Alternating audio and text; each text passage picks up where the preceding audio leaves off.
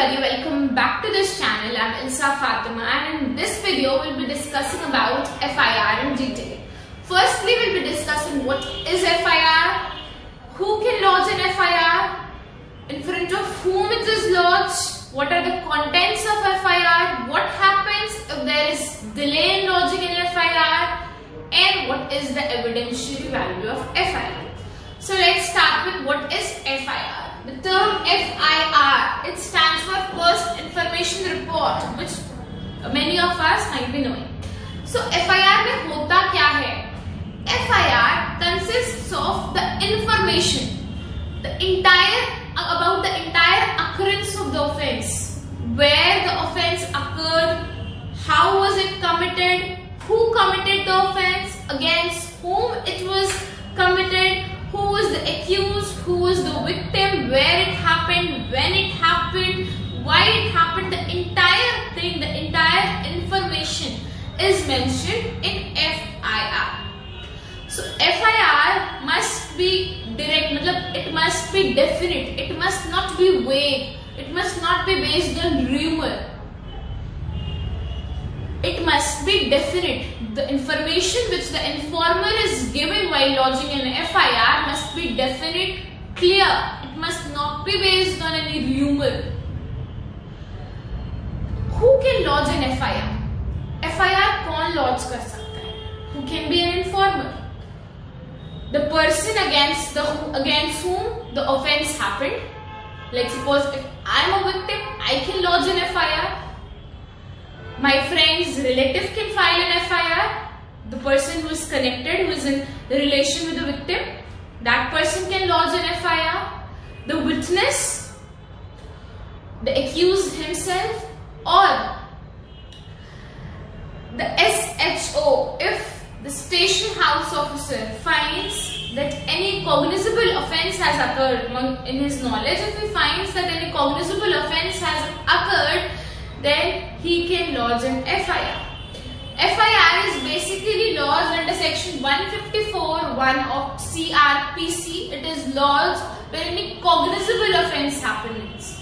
Cognizable offence in a sense when any grievous nature of offence which is of serious nature occurs, the offence in which police officer can arrest the person without warrant.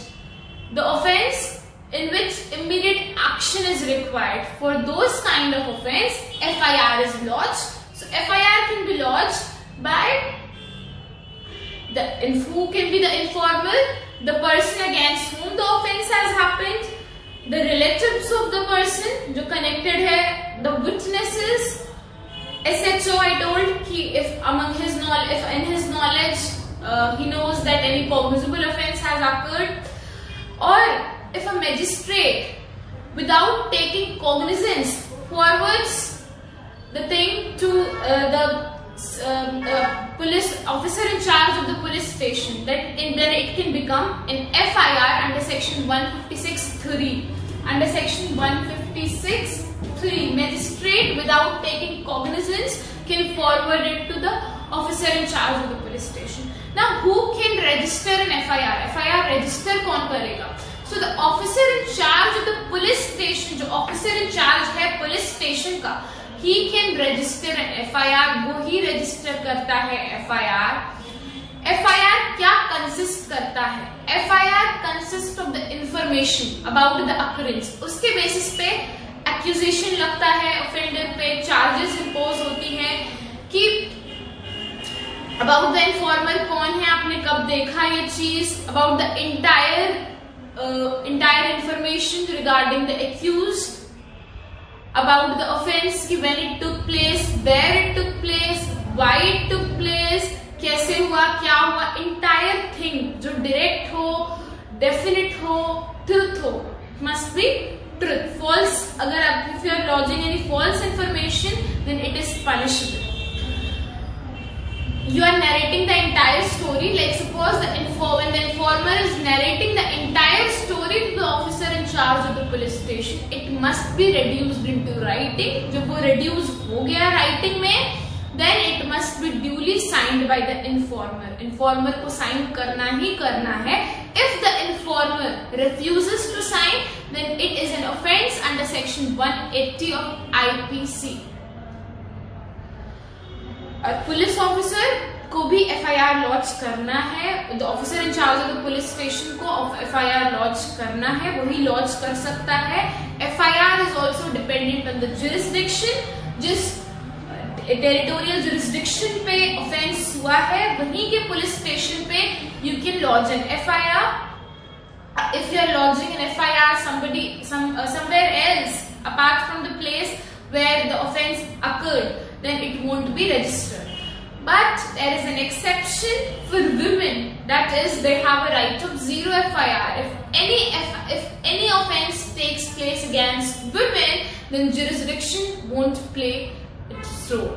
Because if a woman is harassed, if any type of sexual harassment or anything happens against women, then she can lodge an FIR at any place irrespective of the jurisdiction. Now, the thing is that, like suppose if the officer in charge of the police station refuses to lodge an FIR, अगर officer in charge refuse कर रहा है to lodge an FIR, then by post or by telephonic conversation you can convey the information to the superintendent of police, to the SP, about the happening of the cognizable offence. So within 7 days it would be lodged. अगर police officer, if he is not lodging your FIR or he is furnishing any false information, then it is also an offence under Indian Penal Code.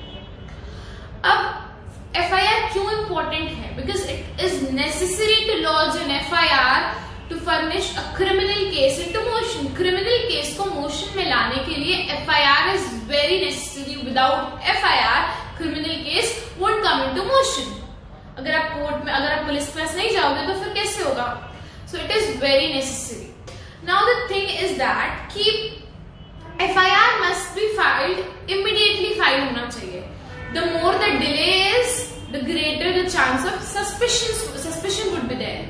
So delay का भी reason होना चाहिए. There must be specific reason for the delay. कि what was the reason for delay? कि कोई physical injury था, कोई physical problem था, कोई psychological issue था, या you were not at that place, you were there was a dispute regarding jurisdiction, कि कुछ भी specific कोई भी या कोई natural calamities हो गई उसके वजह से you were unable to lodge an FIR, then it would be considered.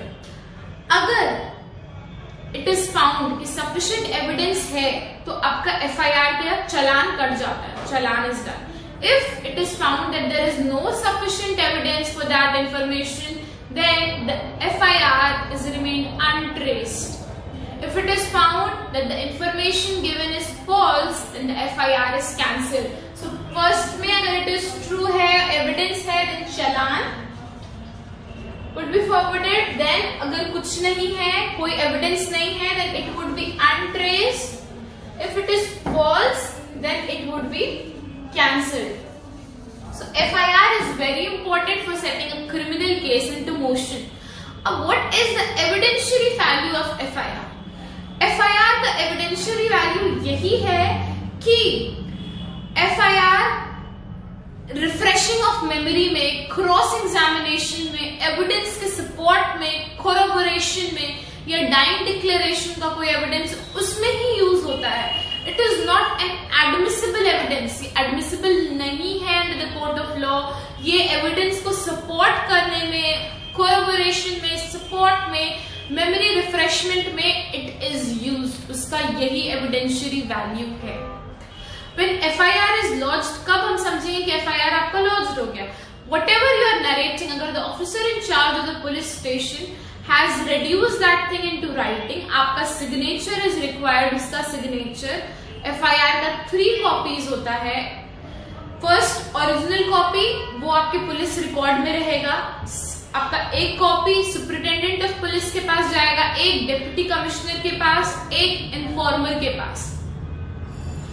In case, agar if you are unable to come to the police station, it can also be filed by telegram or by telephonic conversation if it has been reduced to writing. अगर वो written में reduced हो गया, if it is the officer in charge of the police station उसको intimation मिल गया है, और if he reduces that information into writing or it is duly signed, it becomes an FIR. अब FIR के बाद आपका क्रिमिनल केस मोशन में आता है.